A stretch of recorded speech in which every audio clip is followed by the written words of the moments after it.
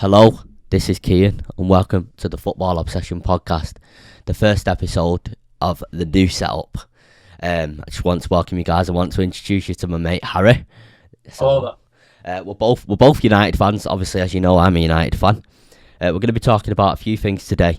We're going to be talking about Joel Glazer's letter to Manchester United fans, Manchester United supporters' trust response, our stance on Ole and how he's done since he took over from Jose Mourinho in December 2018, what we feel needs to be done to get Glazers out, and our thoughts on the Arsenal situation. And we're going to be touching on a few other subjects, obviously, as we have a conversation about stuff. So, I just want to say massive thank you to Harry for coming on here, for using his time. It's alright. We've already tried to record once, and it failed massively. So thank you again. So we're just gonna get straight into this letter from Joel Glazer to the Manchester United Supporters Trust from a week ago today. Today's Friday, the 14th of May. I think it's Friday, the 14th of May.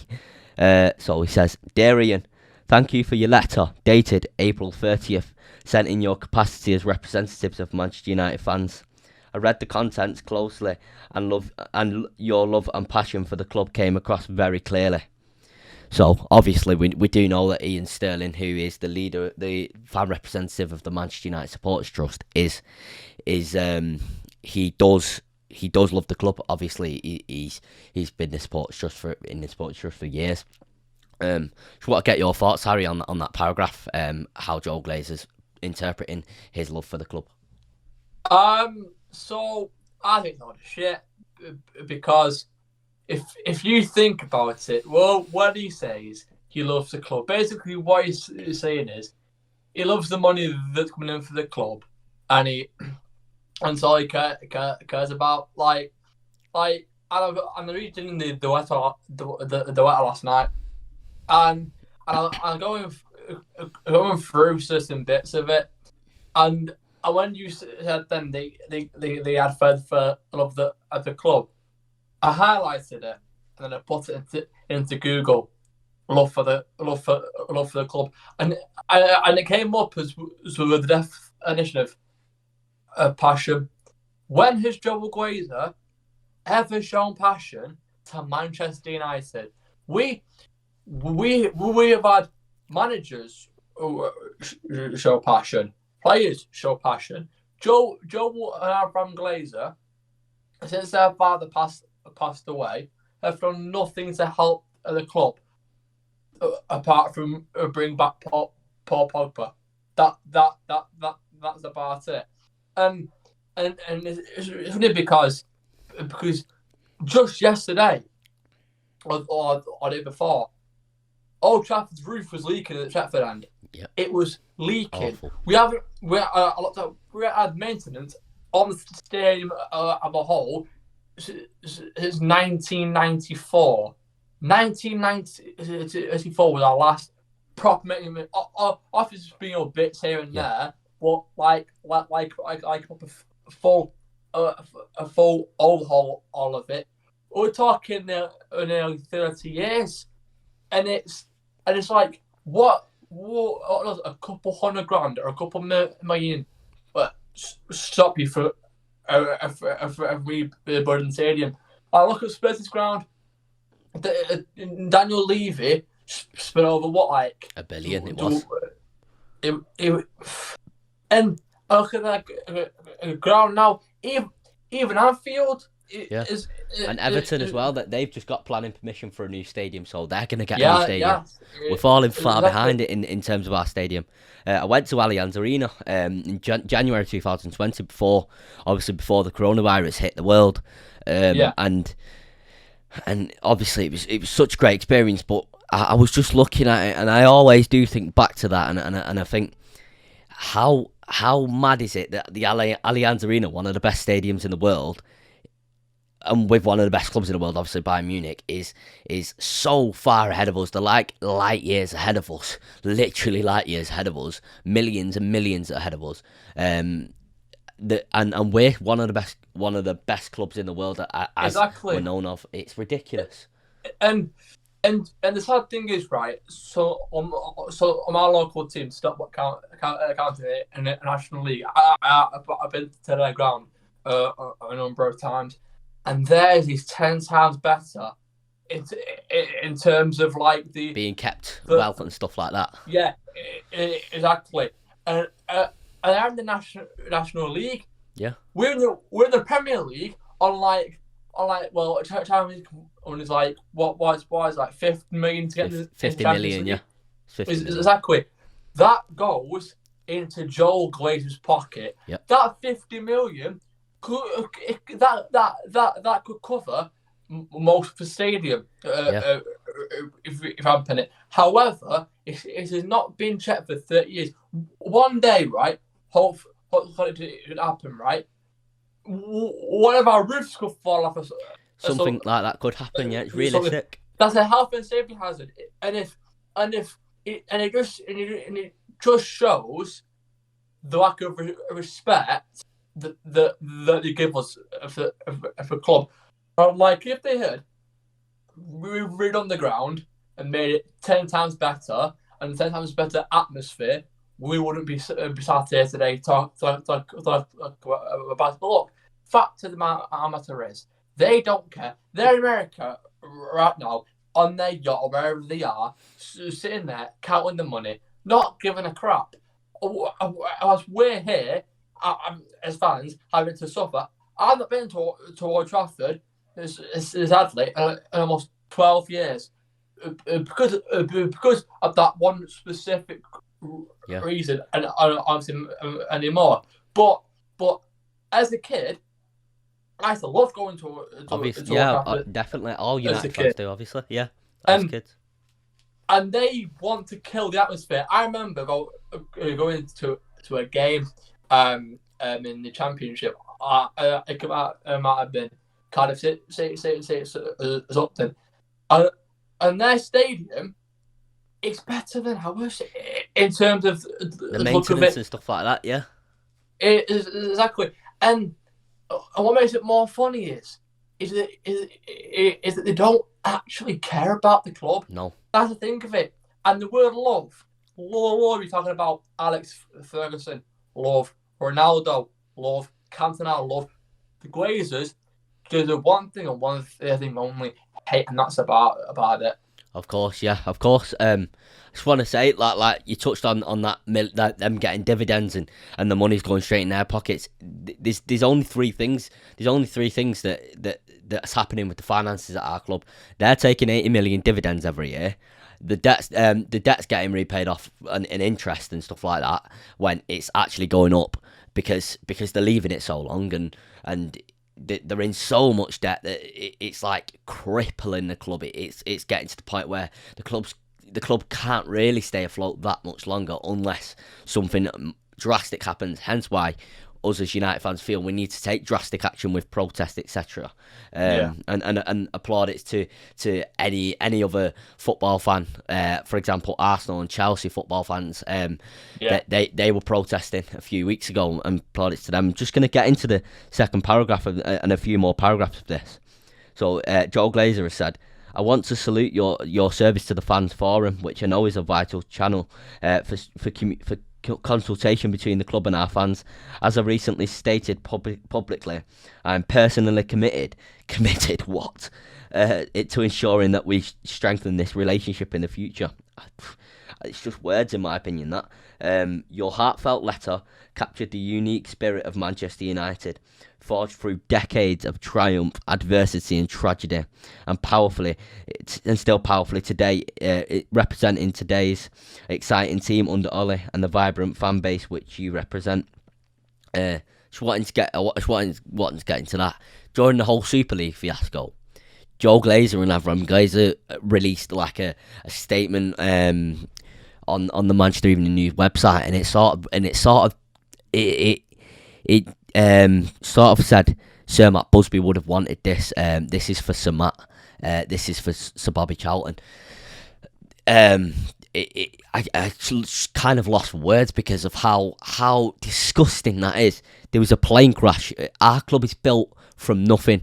10 years after the plane crash, we literally won the European Cup. We won the European Cup 10 years after nearly all of our players died. We had one of our players go and play 4 days after the plane crash, after being in the plane crash, after coming out of hospital like 2 days earlier. It's ridiculous. And they want to compare it to them. In all purposes and honesty, I don't actually know who they think they are. It feels to me sometimes like they're just trying to wind us up. I want to get your thoughts on that.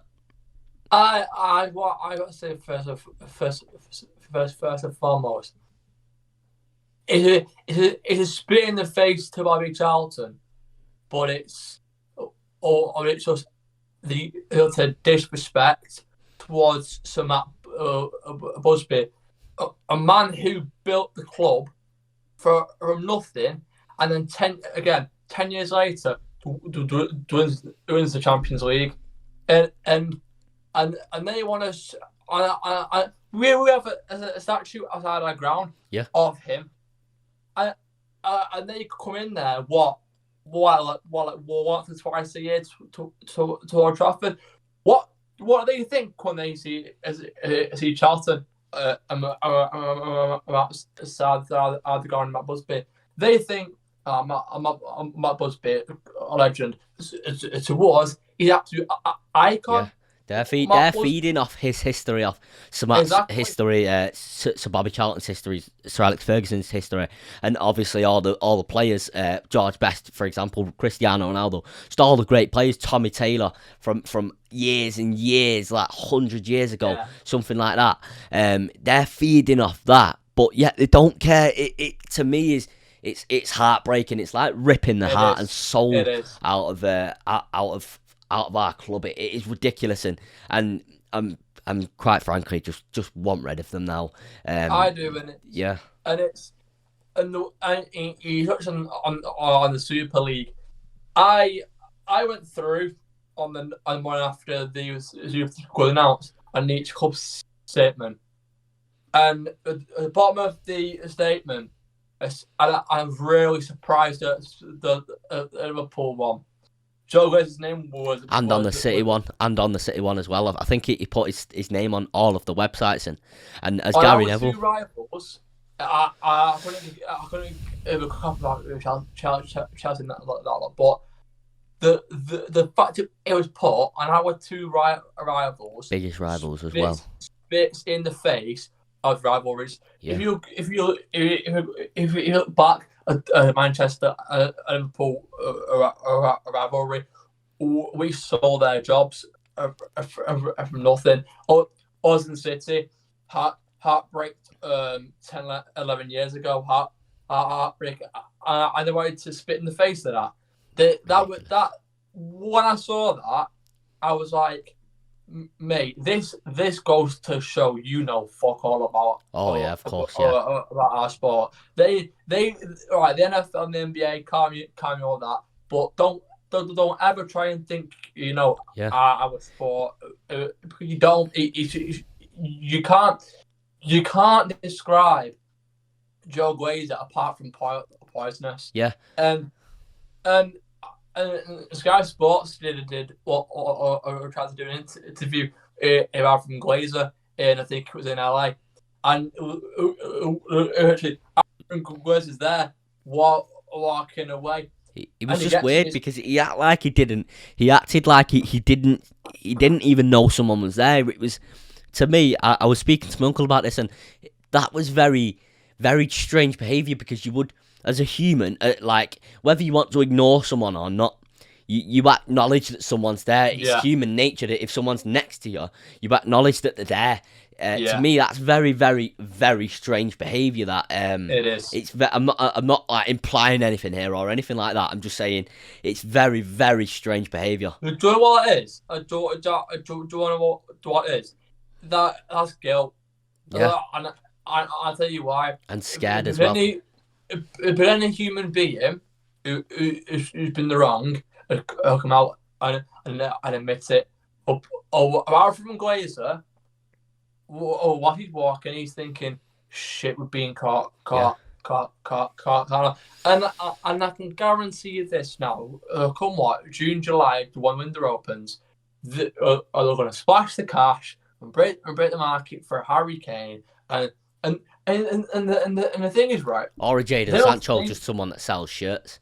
And exactly, and they will think that we'll walk all over it, and we're like, oh my god, yes, well done, boys. Yeah. I would quite happily take Rice, Sancho, and I would quite happily take the players more than welcome to where I'd be for sure. But that does not change my stance on the people upstairs. Oh no. And people want to say that is the problem, but the Glazers don't provide social with the funds. Well, if you just look at Sir Alexis Ferguson's summer when he sold Ronaldo, when we sold obviously Ronaldo to Real Madrid, Cristiano Ronaldo, he then got an aging Michael Owen, Gabriel Obertan, who doing nothing now, and Antonio Valencia. And yes, Antonio Valencia is an absolute legend and has just sadly retired from football. He's gave us a lot of good memories, but that transfer window is not good enough. It's categorically not good enough. And I've seen Graham Souness several times over the past few weeks say on Sky Sports say, United have spent $1 billion since the Glazers, since post Fergie. But the problem is we could have spent $2 billion. We could have spent $2 billion. That's the problem. Exactly. They've putting it on debt finances. They're taking 60 million loans out to pay the bills and taking 80 million dividends, whilst using the excuse of a global pandemic. The fact that they've got no money, that's ridiculous. Do you know what it is though, right? So there's talks about spending $1 billion, right? But he wouldn't say that about Pep at City. Pep once spent $1 billion in the last 4 or 5 years. Yeah. We spent £1 billion, yes, but three key things here. David Moyes, pointless. Louis Van, the only one manager I credit for the money he spent was Van Gaal, bringing Martial and Schweinsteiger. Jose Mourinho in his first season had that big summer. I think it was Pogba, Bailly, Ibra, Mickey. That summer was brilliant. Second summer comes round, in the three trophies, and we sign Lukaku. Now here's the thing: we got Champions League football in that same season. Could come second. Who's he get? An Asian league round, pointless. Diogo Dalot, young, okay, fair enough. And then Fred. Now Fred as a player, I'm not even going on again. Start on that. City did want him. Pep Guardiola did want him. He would have done a Rodri type job. So what Rodri's doing for City now as a replacement for Guardiola, as a replacement for Fernandinho, getting them interceptions in this, that, and the other. But exactly. But Fred for Manchester United, and you could say, well, he was good enough for Pep Guardiola. But Fred for Manchester United, as a 27-year-old, is categorically not good enough. I was watching Stretford Paddock before, and Stephen Howson was saying Fred is the youngest 27-year-old player I've ever seen, because he plays like an 18-year-old. You can accept losing the ball like 13 times a game if it's an 18-year-old. But it is unbelievable the amount of times he loses the ball. And I'm not one of the United fans that goes like, F this player, F that player. No. I am against this player. I've got an agenda against this player. I'm not like that. If a player has a great game, I will definitely, and as I know with Harry, will praise him.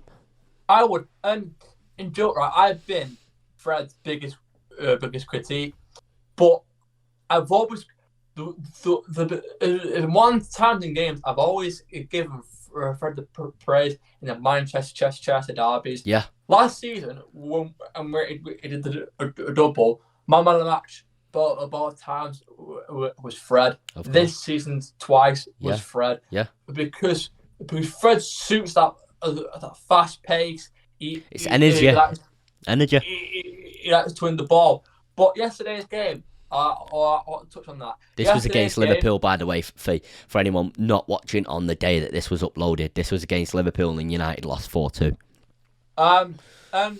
and Roy Keane touched on it. And I don't know, and I don't know if you checked the social media or not. The amount of people who have said that Fred and McTominay do not work. If you saw last night, I watched it. I was watching it, and I've never seen two midfielders mock the field goal more. And Van de Beek must be sat on that bench thinking, "Hang on a minute, this guy can't even pass a ball properly. About 3-4 yards, and this guy's been in a B-Tech Darren Fletcher. I've been to a Champions League semi-final. I could have been a Champions League finalist, and he sat on Joe what hell. Even Juan Mata, he's a Champions League winner. He's technically gifted. He's so. Me and my uncle always have this discussion. Juan Mata, if Juan Mata had pace, he would be one of the best players in the world because he's so technically gifted. And you can say if my aunt has balls, she'd be my uncle, but he is so technically gifted and loved by all fans. He's just such a nice guy. And you know what though, right? When we got Juan Mata, I remember when in Barton, and I love Mata before he came to us, but he was used so wrong on the right wing. He was like Van Gaal tried to play Juan Mata in the wing. Juan Mata at Chelsea was a cam in Spain, a number 10. Ole Gunnar Solskjaer has played Juan Mata, and the end he's been in in that 10 position.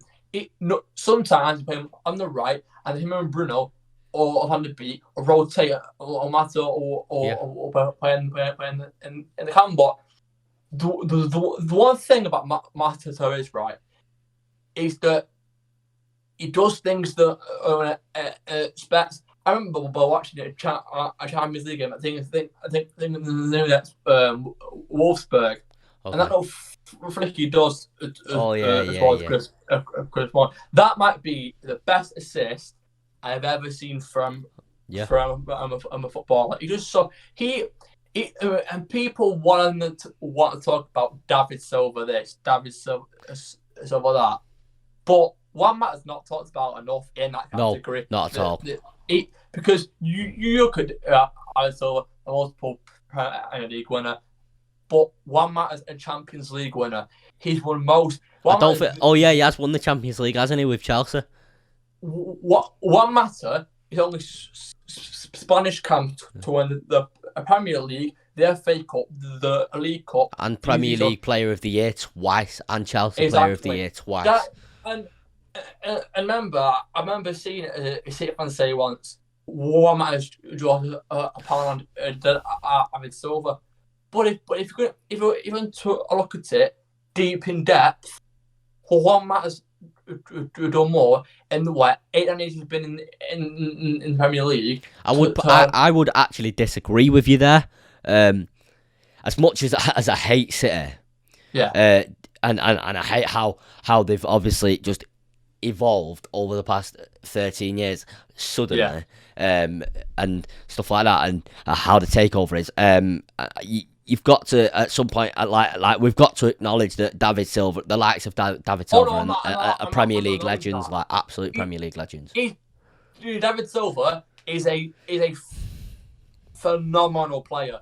He's fine. If I tattoo, but what I'm saying is, I'm not saying he's better than Silva because obviously Silva was fantastic. But people almost underlook Juan Mata, and almost think he's a second rate, like a French player.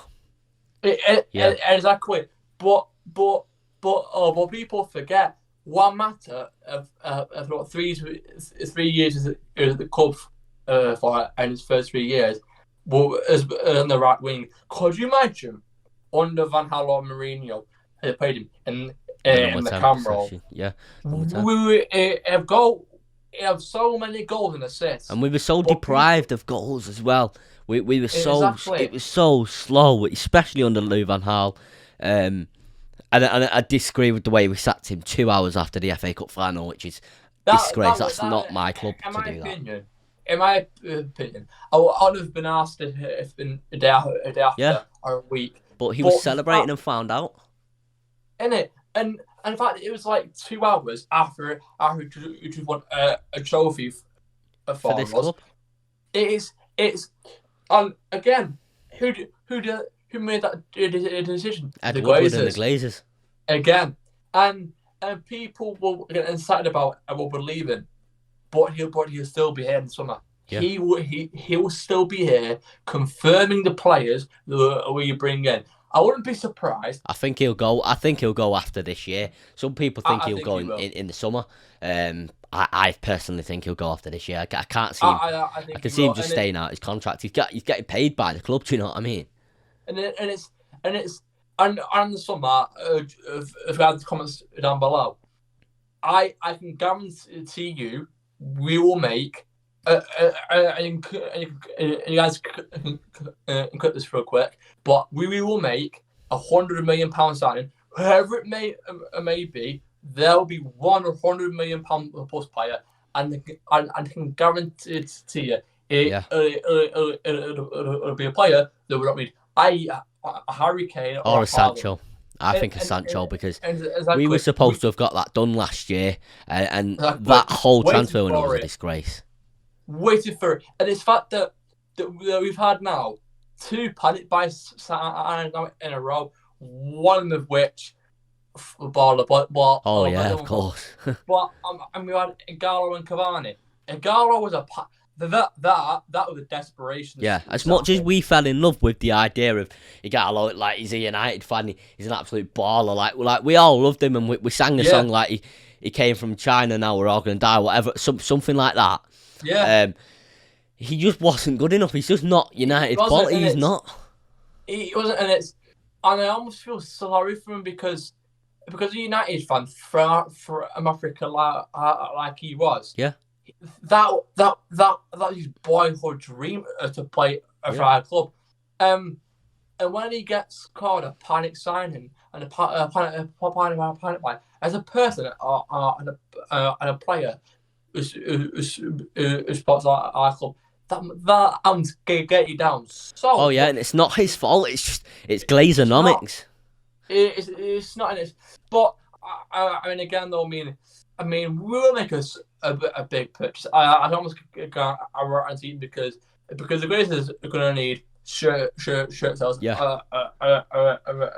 Of course they are. They're going to need to please fans as well, because I think they're in massive trouble at the moment with the protests. It's not going to stop this boycott sponsors and stuff like this.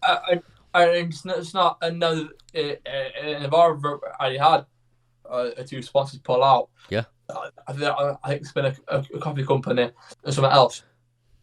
But I mean, I just fear that whilst they're still running this club, I could see it being the next Arsenal because at this rate, Paul Pogba may leave, Cavani is going to go next season, and you know what? The biggest thing is that you guys thought this, but if Fernandez leaves, we're back to like 2018 back to again. Andreas Pereira days, and it was awful. Exactly. Fernandez, I don't know if you guys seen it, but he recently rejected a deal because he wants Paul Pogba to sign first before he commits. Either we're going to have it all in Pogba and Bruno, or we're going to have nothing. And no Pogba it's so scary that it's such a scary thing to happen. And that shows as players power. Like basically saying, okay, if Paul Pogba goes, I want to go next season to turn over Barcelona.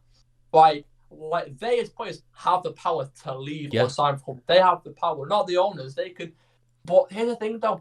They will offer Paul Pogba in summer a massive contract. I reckon he'll be on at least 400, 500k a week. Riola said this. Although I hate Riola, or people not how much I hate him, Riola said something in an interview it was spotted by Spot Build, and he said that the Glazers are under pressure, Yeah. and they are cracking, and if my player leaves, they will crumble. And in a way he's right, because last match, right, Paul Pogba wasn't playing, and it's Milan. The final, beat Milan and Villarreal. Yeah. Without Paul Pogba, He's so important to us. he is, and people don't understand how important he is.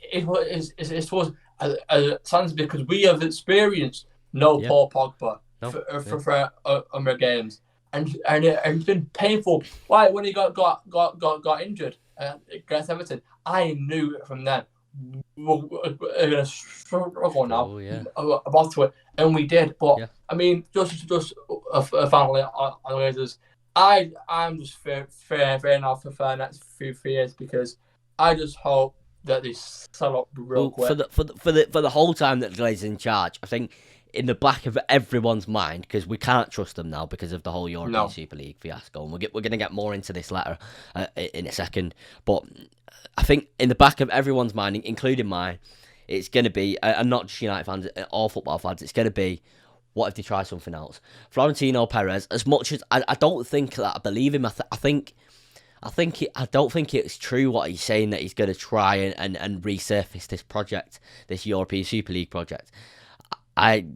What if they do? What if the Glazers do? Because I know me, I'm not sure I have that much energy and that much intensity to put into them 2-3 days again. Like, them 2-3 days, the amount of energy we all had to put into stopping this Super League was ridiculous. So we're just going to get into this part of the letter where they talk about the Super League. So Joel Glazer said, I was personally humbled by parts of your letter, as you explained so clearly why our initial support for the European Super League left you feeling angry and let down. I would like to reiterate my sincere apology for that, for the mistakes that were made. In particular, I want to acknowledge the need for change, with deeper consultation with you as our main fan representative body, across a range of important issues, including the competitions we're playing. We also recognise the importance of fan and football interest being embedded in key decision-making processes at every level of the club, i.e. fan representatives on the board, similar to 50+1, but I don't think you can implement that in England. And we are open to constructive discussions on how to reinforce that principle. So I'm just gonna say myself here now, and I don't know about you, Harry, but that is saying we will talk, and as we know, they've set like a date for after the month, or they're saying after the month as soon as possible, which doesn't really make sense to me. For the fans forum where Joel Glazer is going to attend, and all he's promised to do is talk. That's all he's promised to do, and I just hope that the fans keep this up, that Man United supporters trust. You've got so many fan groups doing this. You've got Stretford Bonnet Football channel, YouTube channel. You've got the United Stand YouTube channel, the biggest two channels on like football United channels on the platform on YouTube and Twitter and all social media's fighting. You've got them fighting to this. I hope we don't give up. Just want to get your thoughts on them two paragraphs, Harry. So I mean, on the Super League, I remember on the night of the Super League being announced, and I didn't get angry. I just cried because Gary Neville said it very very well about Joe Glazer. The one who's put his name on that, he will fight and push it through. It. And I never thought of it in that way, and then the fact that they had all these teams like Liverpool, Chelsea, and City, but the two teams that surprised me most were Arsenal and Spurs. how Spurs are a super club apart from the money. It's ridiculous. I know they get mugged off so much, but it is ridiculous how they're a super club. If anything, not Nottingham Forest and Aston Villa would have been in it. But the point is though, right, is that is they're saying no relegation and no promotion. That literally kills English football, because you look at Watford and Leicester per final. We've never seen that Houdini ever again.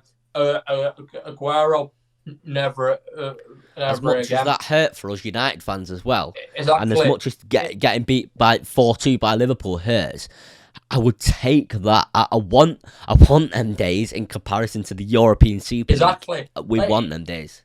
Exactly, and we United fans have seen Barcelona break our hearts twice in the Champions League. We've seen 6-1 twice. Even you support a big club, and you have them moments that are good and bad. Even the bad moments make football. Yeah, they make you love the club more. They make you Exactly. you us as fans say, right, let's get together. Let's back the team, back the manager. Maybe not so much nowadays because of social media, but let's get behind everything. And as much as it hurts on that night, like it hurt last night when we lost against Liverpool, we love the club. Like, yeah, this is our whole lives. This is all we know. This is all we grew up watching. I was having a discussion with my uncle the other day, and he was saying, when I was like, for example, 2, 3, 4, 5 years old, I would, and obviously, you know, kids like watch cartoons and whatever. I would just sit in front of the TV and watch football all day, like, because that's all I know. I don't play football, but especially through this pandemic, I fell back in love with football even more. That is literally all I do. I watch football, I talk about football, I post on my social medias about football, I play FIFA. As you can see, I've got 99 rated custom card in the background, realistic in real life. But yeah, that's all we know. So I'm just gonna get into the next part of the letter.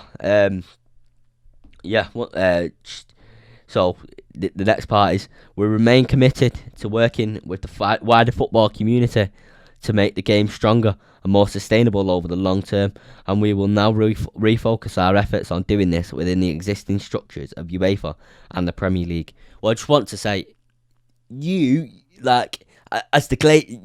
Glazer decided to try to break away from the Premier League and the UEFA competition, the ones that we built upon. We built our club upon these 3 European Cups, 20 league titles, 13 Premier League titles. Obviously not so much nowadays, but in the past we've built our club upon this. And you're saying we're gonna work with them, you know, especially in a pandemic, us as United as a club, Liverpool especially, United and Liverpool should be doing the most they can. They should be like thinking, how can we get the ticket prices down for when fans are back in the stadium? How can we help the community? I've seen Burnley are giving free tickets away for Burnley versus Liverpool. You go into a raffle and you get free tickets for everyone for their first game back, which is absolutely unbelievable. That's amazing. I just want to get your thoughts on that, Harry. I don't know if you feel the same as me about that. Yeah, no, I mean, I completely agree. And you know, Burnley's owned as American, but you don't know that. But he said when he first joined, I want to make people enjoy Burnley Football Club. Yeah, and he's doing that. He's keeping to his and he's not investing much money. Like fair play to Sean Dyche. He's kept him in the league with 900 grand, and that's something that owner can improve on, investing more money. But in terms of the actual morals and principles of the game, he's not going against that. And obviously on a much larger scale, thank you to the likes of Bayern Munich, German clubs, maybe not RB Leipzig as much, but thank you to German clubs and the way they got 50+1. Thank you, because I think if the likes of Bayern Munich were in this would have gone ahead, because it just adds another large club into it. It just adds another like, let's say 50 million into it. And what they were doing is, obviously they were gonna the Glazers, Florentino Perez, and the other like 10 families, 10 owners that were gonna do this Super League. They were gonna go to Asia, go to China, go to India, go to Bangladesh, go to Singapore, England. They're gonna hoover up every pound, every sponsorship deal, every TV rights deal you can. And say, for example, the subscription rights, it wouldn't be £1, but say it was the equivalent of £1 in all countries. So £1 here, and equivalent of £1 in all countries. If 139 million people subscribe to that, that's £139 million a week. A week. That is ridiculous. Yeah. It's ridiculous money. It is out of this world, which is why I've mentioned on the past two previous episodes that I recorded with my uncle. I don't think the money in football is sustainable at this moment in time, and I don't see how we can get out of this. I don't see how we can get out of this mess we're in because of the fit and proper test not working in England properly with the government.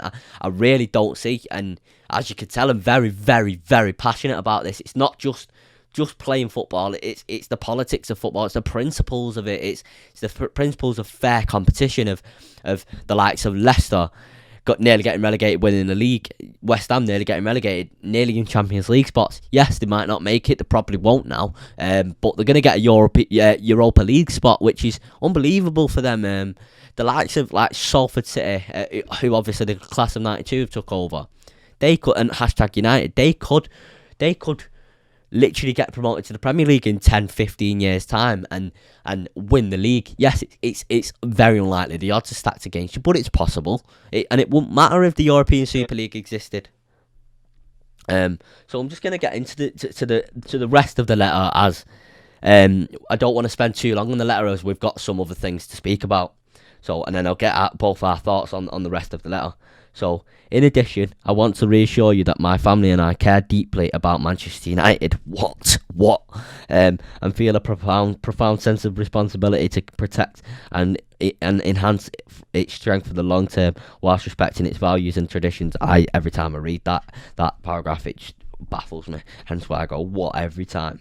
Our top priority is and always will be competing for the most important trophies, playing entertaining football with a team comprised of top quality recruits and some of the world's best homegrown talent. Under Ollie, we feel we are absolutely on the right track. So do I personally. Success on the field must be underpinned by solid foundations off it. We have supported sustained investment in the team over many years, and that will continue this summer. We recognise that we will need to significantly increase investment in Old Trafford, definitely, as we've touched on, and our training complex to ensure that the club's facilities remain among the best in Europe. As part of this, we will consult with fans on investments related to the stadium and the matchday experience. Indeed, one of the clearest lessons of the past few weeks is the need for us to become better listeners, definitely. To this end, I can commit the club will engage across all of the issues raised in your letter. To highlight some specific points, as one of the few European football clubs listed on the public markets without voting rights at all, without any fan voting rights. Sorry, my earphones just fell out. To highlight some specific points, as one of the few European clubs listed on the public markets, we believe in the principle of fans owning in the club. We have previously engaged with the Manchester United Supporters Trust on fan share ownership, and we want to continue and accelerate those discussions, together with provisions to enhance associated fan consultation. We recognise that the government-initiated fan-led review of football is a positive opportunity to explore new structures for fan engagement and influence. I can assure you that we will willingly and openly engage in the review with the aim of putting fans at the heart of the game and ensuring their interests are advanced and protected. That's not the end of the letter, but I feel I need to just get at both our thoughts on that, because that's quite a large chunk of the letter. So just want to get your thoughts on all that, Harry, and I'll tell you how I agree later. Like after you have. So I just feel you know, on how like Joel Glazer, he likes to manipulate things. Yeah, And definitely. the one thing he uses very, very well is wordplay. Of And course, he yeah. and he has to talk as if he's a red and one of us and been it through and through. But in the 15 years he's been there, he's been to 3 Champions League games. All 3 have been knocked out. He didn't even go to the Champions League It makes you finals. cringe just hearing the fact that he says he loves the club. It makes you really cringe. And the fact that we've been to 3 finals in that time, they haven't even been to 1. Ridiculous. They haven't been. It just shows utter and sheer disrespect on the club as a whole. Because when you think about it in detail, what good has Joel Glazer done, or from Glazer done? I could name you absolutely 0 things, and I really hope that they make the fans happy by selling the club. And by lining it up. It's a risk, yes, the wrong people could buy it again, but it's a risk to the way It's a fans. risk worth taking, isn't it?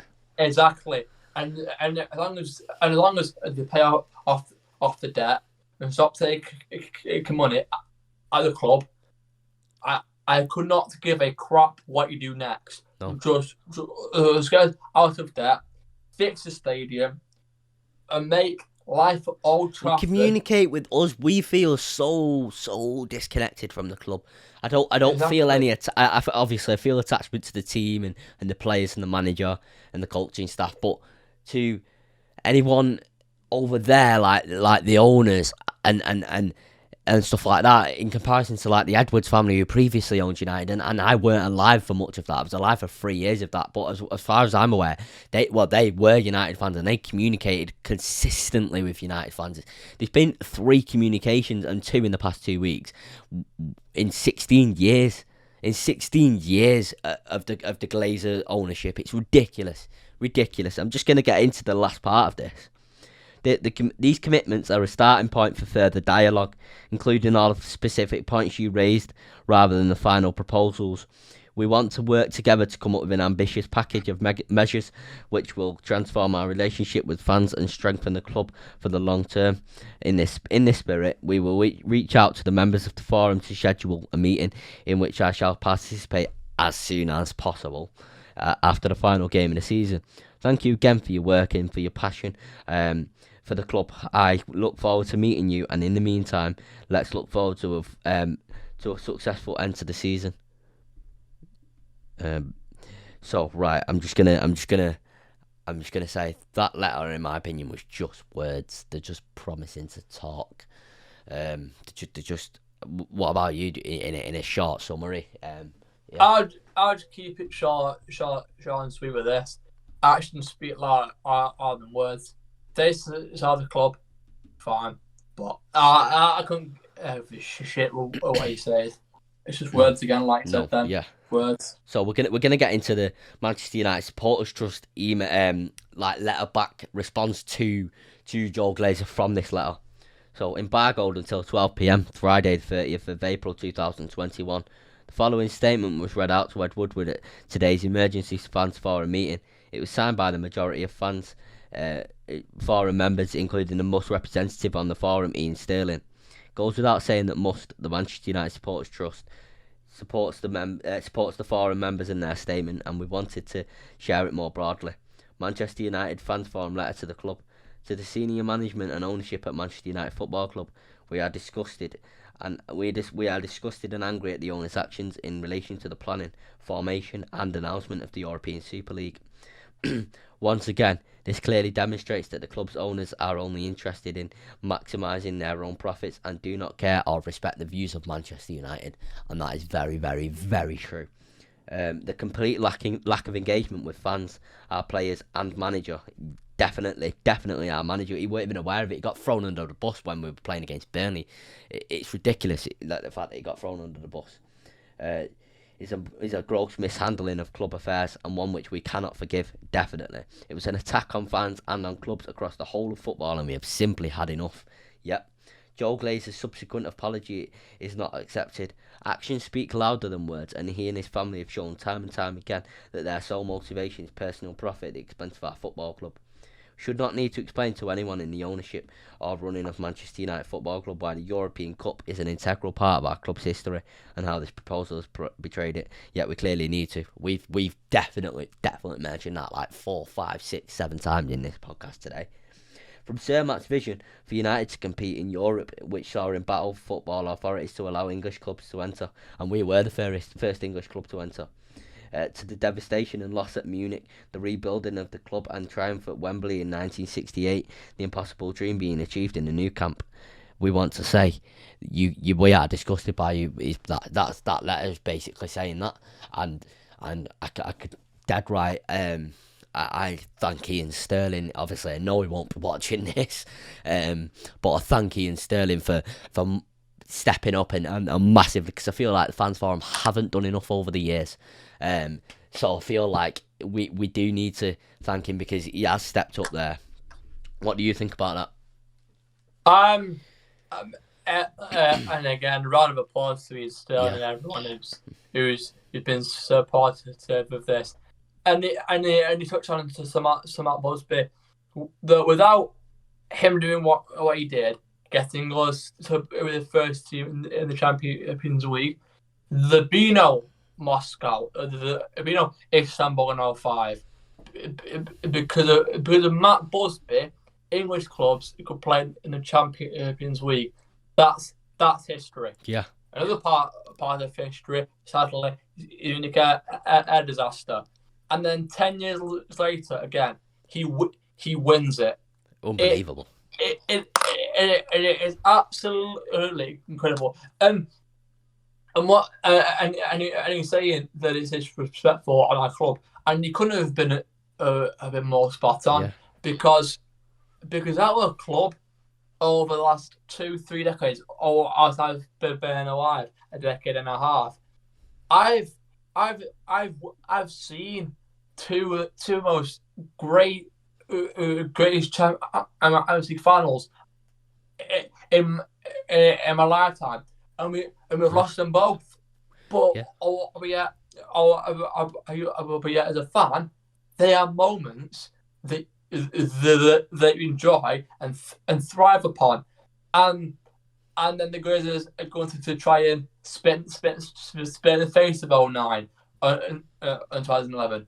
No. And even spit in the face of all the 3 European Cup wins, the 20 league titles, the 13 Premier League titles, the 8 FA Cups, or however many it is. Everything that Sir Alex did, everything that Sir Matt did. We had 3 Ballon d'Or winners in the team at the same time: Law, Charlton, Best, Dennis Law, Bobby Charlton, and George Best, which is absolutely unbelievable. That is unheard of now. Real Madrid 2000, like 4 years ago, they had Ronaldo and Modric with 2 Ballon d'Or winners, but that 3 Ballon d'Or winners is unheard of.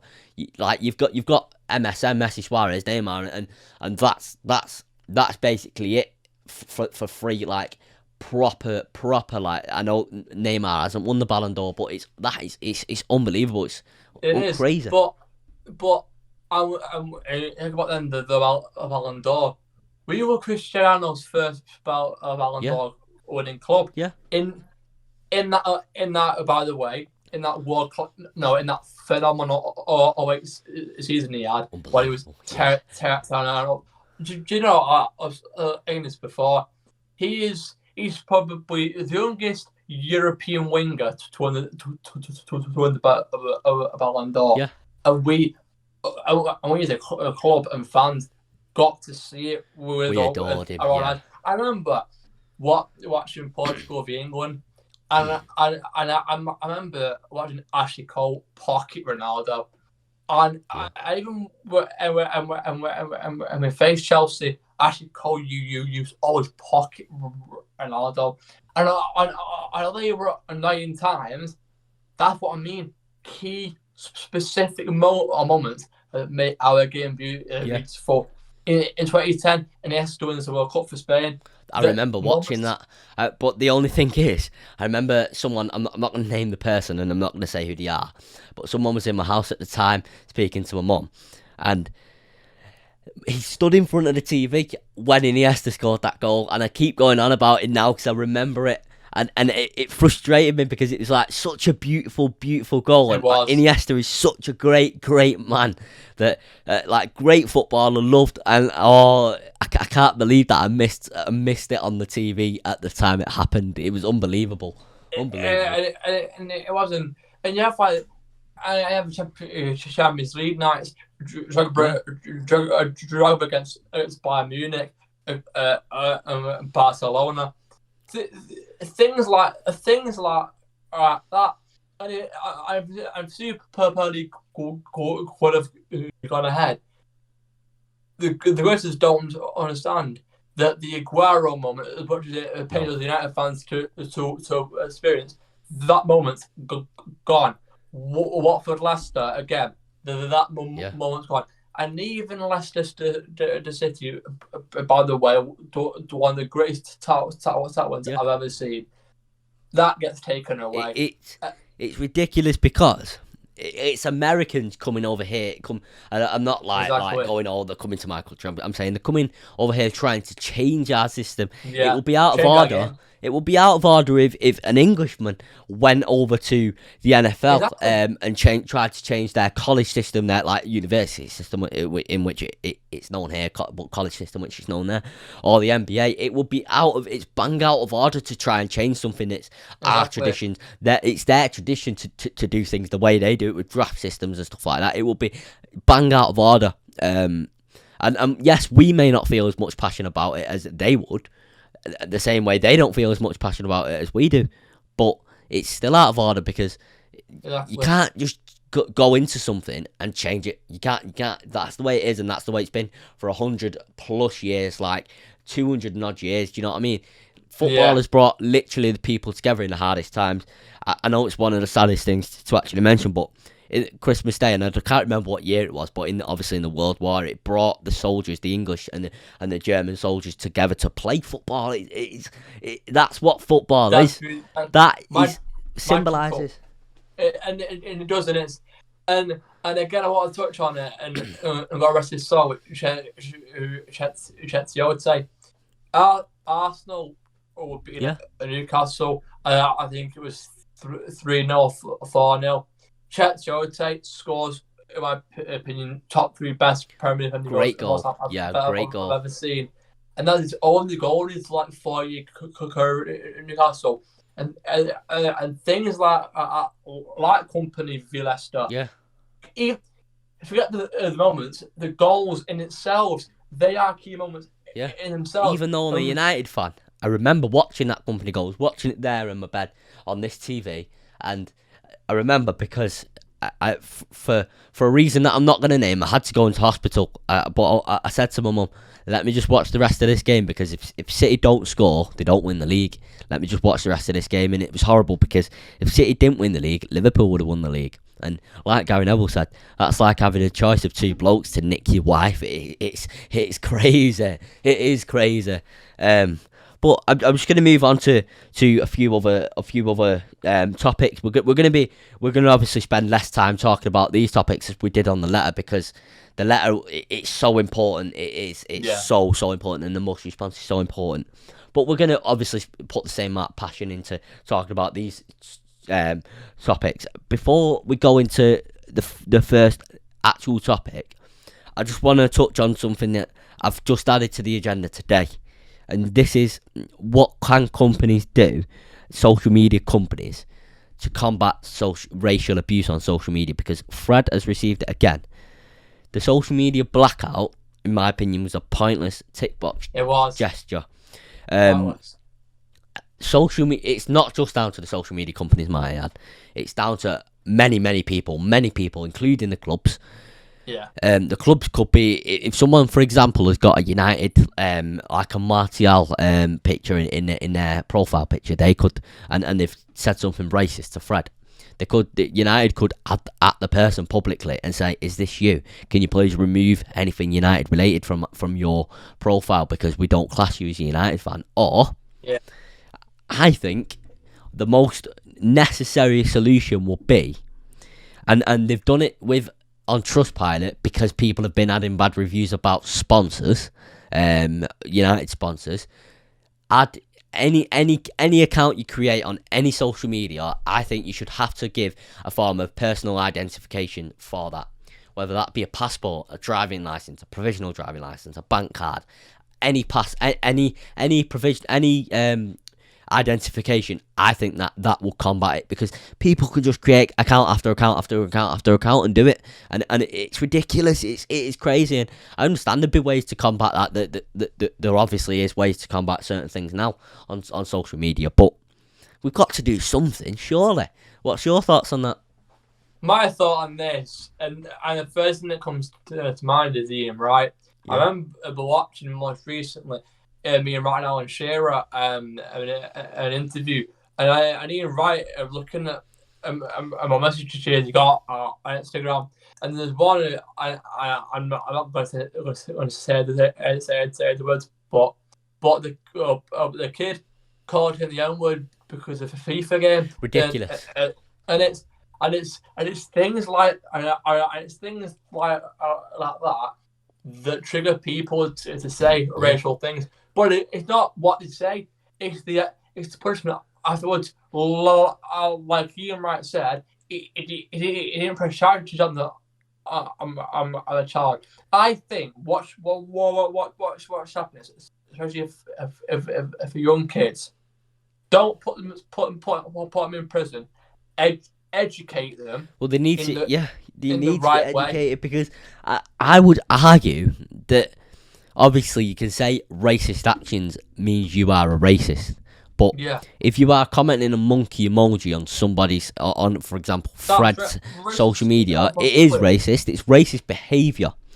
I would argue that some of these people, for example, last night we lost 4-2 against Liverpool, and he had an off performance, but football is absolutely nothing to do with it.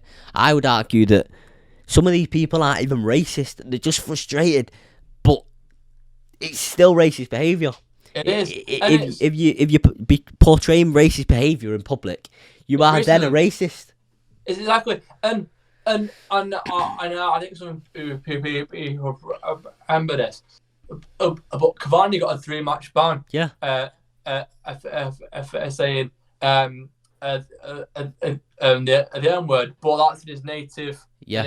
Native thing, the greeting towards his friends in Uruguay, and people on the banner are like, "Oh, Cavani's a racist. He's racist." And we get at footballers like this. We get at Suarez, the Suarez and Ever incident. We all hate Suarez for it. A lot of people hate Suarez, but it's not the same for football fans. And the same amount of energy that's being put into stopping the European Super League that was put into that needs to be put into getting these social medias to clamp down hard on these people. And you know me, Harry. I'm not one for to say lightly words should be policed in terms of legal action. I have the most darkest sense of humour, and I'm not going to get into all of that. But at the end of the day, there's a difference between saying something and doing something that's quite harmless, and doing something. There's a difference between words, actions. There's a massive difference. It's a massive difference. It is. Sorry, go on.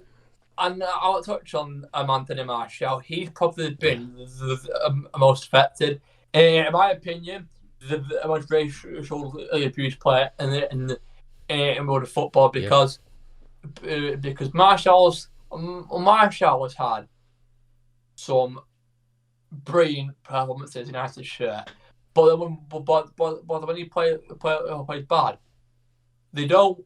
They say, "Oh no, you shit, mate, you crap."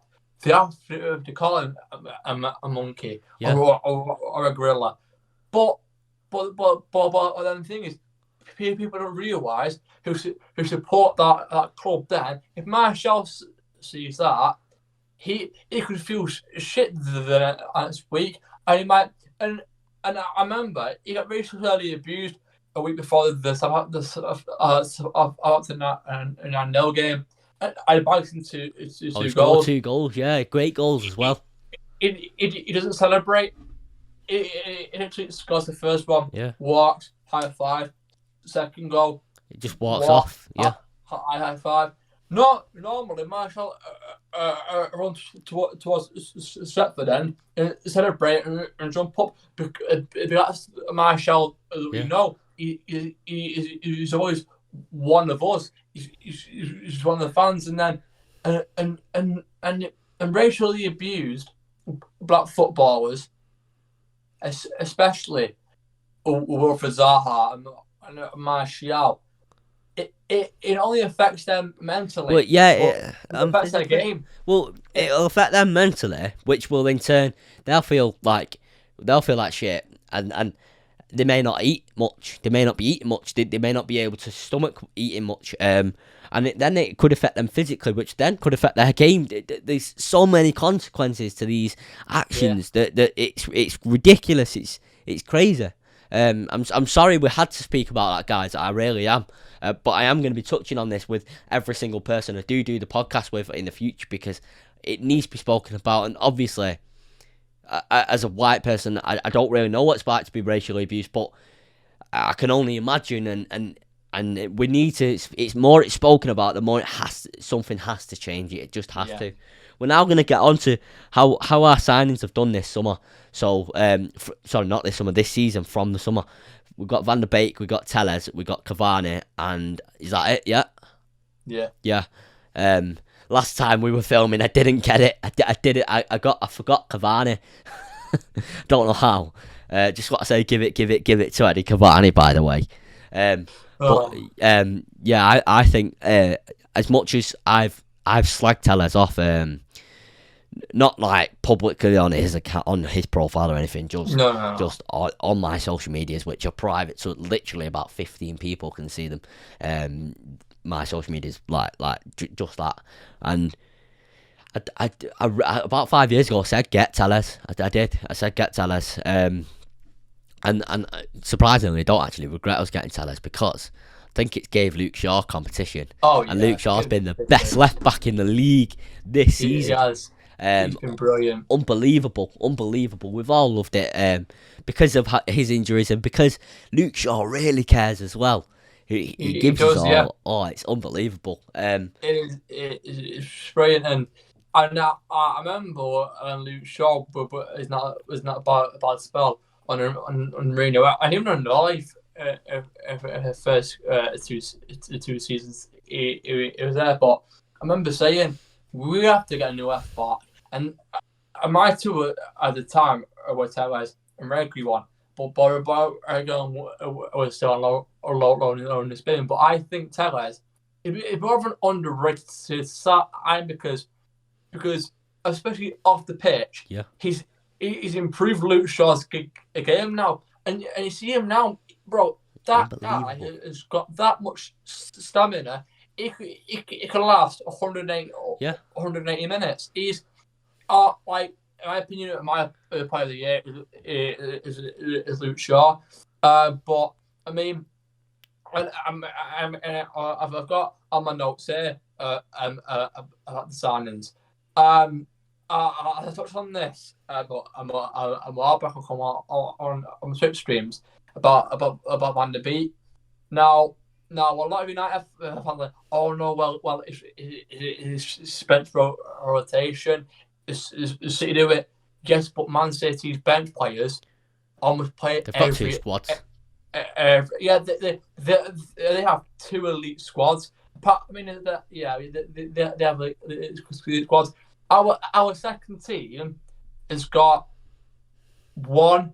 two experienced elite runners, and it's not great. Our second team at all. It isn't, and Van der Beek must have been in that team on Tuesday thinking, I'm playing with kids Yeah, at Ajax, I was in the Champions League semi-final. Yeah. Beating Juventus To and be fair, it Barcelona. was Premier League's fault that was It, that it, it we had was. 4 games in 8 days. That's a game every 2 days. This season, there's been like a game every 3 days, which is absolutely unbelievable as well. Hence the Yes. injuries. Obviously, we've had to catch up because last season started late and stuff like that. We've had to do that, but it's been that's unbelievable from the Premier League. Unbelievable. Exactly. I just want you to say your initial take on Cavani, because your initial take on Cavani is massively different to mine, massively. So a few people know this a while back. If you're up a streams on Twitch, I did the deadline and live stream this time last year in the summer, and we signed Cavani. I remember saying to the people on the stream, I can guarantee you Cavani will be a brilliant signing for us. And a lot of people, oh no, he's past it. What are you doing in the Premier League? Of a flop. And Cavani's basically shut up all the it's because when we look at him, right? Yes, he's 34. Yes, his legs aren't what they used to be, but his movement on and off the ball Unbelievable. is Unbelievable. unspeakable. I remember, I think it was against Milan, Roma, the first game at Old Trafford. That pass from Cavani to Greenwood, I had never seen a proper number 9 whip a ball or Unbelievable. like that. And people are talking about Harry Kane this, Harry Kane that. But in my opinion, Edinson Cavani is my striker of the season because he came into the league halfway through due to injuries and began abandoning and stuff like that, and he's been on form even with no goals and no assists. He still tries and fights. Yesterday at Liverpool, when he lost the ball, he run back and won the ball. Cavani doesn't care if he gets an injury. He'll run and try and get the ball back. And I'm so happy that Cavani got a contract because now you don't have to worry on that striker situation in the summer, and it's so good to actually have another a proper number 9 for another year. The likes of Mason Greenwood would. great as well. Like, you can see that he's really taken Mason Greenwood under his wing. He really has. Oh yeah, my initial take on it, in comparison to yours, sorry to interrupt you there, was I think this guy's past it. I think it's a panic buy, which it was a panic buy. Let's call a spade a spade. Let's call it what it was. It was a panic buy from United, and it was a risk. It's, will this work? Will this not? Will this be another Falcao? Will this not? And obviously, it's worked. It's worked a treat. It's been unbelievable to have Cavani. I still wouldn't personally give Cavani my striker of the season because of how great Kane's done in such a mediocre Spurs team and a defensive Spurs team for most of the season at that under Jose. But we're just gonna get on to our last subject here, and it's what we feel needs to be done. It's gonna be short, this subject, but what do we feel needs to be done with Glazers out / not Penny-More? And I'm gonna say, I think right now we're doing all the right things. We're boycotting sponsors. We're sending letters to CEOs. We're sending bad reviews. And I don't advocate for any of the violence at the protest. We're protesting peacefully, which is our right in the UK. It is. At the moment, obviously, they might bring in a bill to stop that, but at the moment, it's our right to peacefully protest in the UK, and we are exercising that right. I just want to get your short thoughts on that, because we're going to need to end soon. My thoughts on that is quite plain and simple. Next season, whoever we sign, I'm not buying no shirt, no merchandise at all. And I know we have to do it soon, but I'm about to talk about in a brief period of the Paul Pogba agenda because last night on social media, Pogba was trending as it usually is again, and everyone was saying Paul Pogba is past the Man United should cash in, but people don't realise how important of a player Paul Pogba is to us. Yes, not to your club, but to us. He provides Cavani, him and Bruno. One of the best midfielders in the world, no doubt. No doubt. Exactly. And he provides Cavani the service. I remember when we beat Roma the first game at Trafford, and Paul Pogba, that was shit immediate pass to Cavani. If you could have had that chance, you wouldn't even dare trying to do a scoop turn, and it's things like that that make you think, wow, what a baller Paul Pogba is. Yeah. Some people just can't see it, but I want to get your thoughts on that Paul Pogba. I think genuinely he's one of the best midfielders in the world. No doubt about that, as I've just said. I think he's had some good games on that left wing. I definitely don't think that's position for him. What I think will happen next season is we'll get Sancho go on the right, Rashford on the left, and Cavani up front, and sometimes Greenwood on the right, obviously rotating with Sancho. We definitely need a CDM because Pogba, I can understand why there's an agenda against Pogba because he's unable to put his best performances in. Yeah. Because we've got two CDMs which are not there's nothing there. Like if you've got like last season towards the end after Project Restart, when Premier League restarted after coronavirus, we had Matic, the one holding CDM. Then we had Herrera and Pogba, Matic, Herrera and Pogba, and Bruno as well. Absolutely, it was unbelievable. That was absolutely unbelievable. We scored so many goals. He's one of the best midfielders in the league, without a doubt, in the world. For sure. He's absolutely brilliant. And as to finish up on Paul Pogba, I really hope in the summer that we keep him because if we lose Paul Pogba, I actually truly think we'll struggle. Or see how much we'll miss Paul Pogba in that midfield, because look at France, Kante and Pogba won a World Cup together. Yeah, Kante is a CDM, and Pogba plays in the pivot.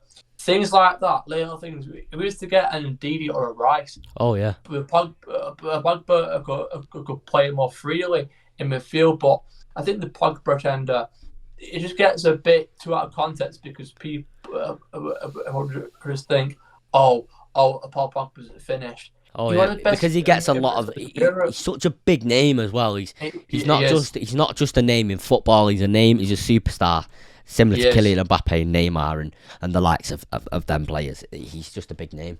But we're going to end it there, and I just want to say a massive thank you to you, Harry, because you've given up now 3 hours of your time for me, and I have been asking him all day. Trust me, I have, guys. I have been asking him all day. Yeah. No, it's not a pleasure. It's an absolute pleasure. I'm always down to do this on a consistent basis for you guys. And guys, don't mind my voice. I'm always down to do it again. So thank you. Of course. We'll get you on anytime. But this has been Kian from the Football Obsession, and we're out. Peace. I'm going to stop recording now.